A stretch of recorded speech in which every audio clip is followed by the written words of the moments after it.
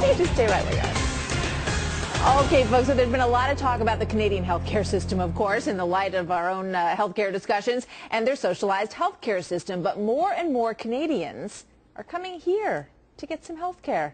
They're seeking urgent medical care for major medical conditions by coming across the border so that they can have a little bit more choice in the matter. Dan Springer is live in Vancouver, Canada, with more on this. So, Dan, why do these people have to go to the U.S. to get surgery, and how are they doing it?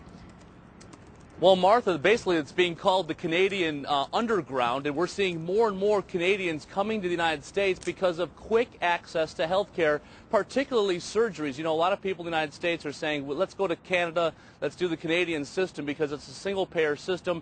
Everybody is covered, and Canadians spend far less as a country on health care than we do in the United States. But we've all heard the horror stories of people waiting 6, 9 months, maybe longer for hip replacements or knee replacements. But how about removing a brain tumor? Last night we talked to Sidney McCreath, who is a Canadian from Toronto, who decided that he was not going to wait for the health care system in Canada. His doctors in Toronto suspected he had a brain tumor. They said it would be 3 months for an MRI. Then he went to the United States for that MRI. He didn't want to wait that long. Came back to his Canadian doctor with the confirmation that, yes, in fact, it was a stage 2 brain tumor.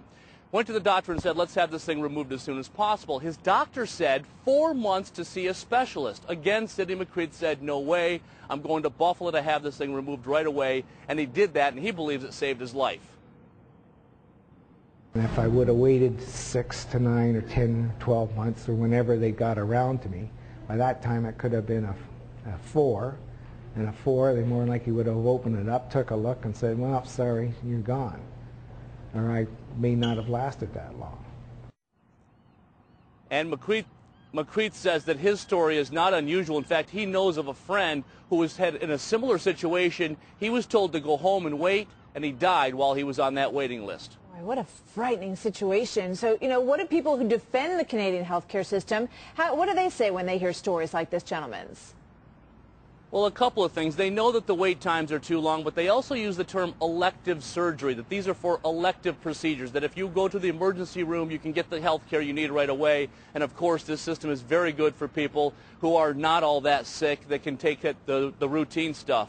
But the defenders say it's for elective surgery. They also say it's not the single-payer system that's at fault, but the archaic system of referrals, that if we can just tweak the system internally, we can have a perfect healthcare system that can deliver things on time. Interestingly, the Canadians as a public back that theory. 80 to 90% say that they like the single-payer government-run system, that they just want to have it done more efficiently and quicker so they can get the health care they need on a timely manner. All right, not the 80%, I guess, who are suffering from something serious like this man is. Dan, thank you very much. Dan Springer.